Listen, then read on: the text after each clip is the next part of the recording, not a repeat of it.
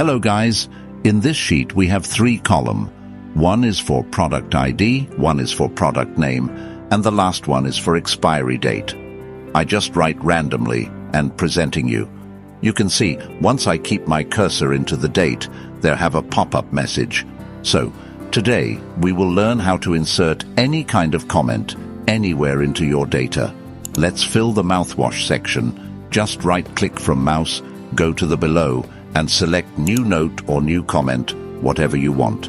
Click on it, and write something as per your requirement. For example, I am writing, check and purchase. If you notice then, you can see the date and time is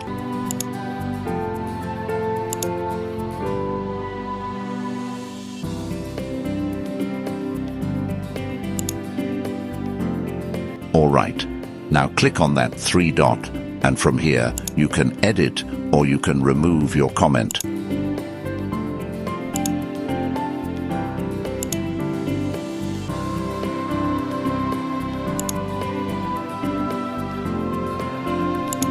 Also, if you want to mention someone, use a symbol and mention so they can able to see.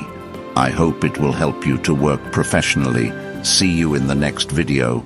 Thank you.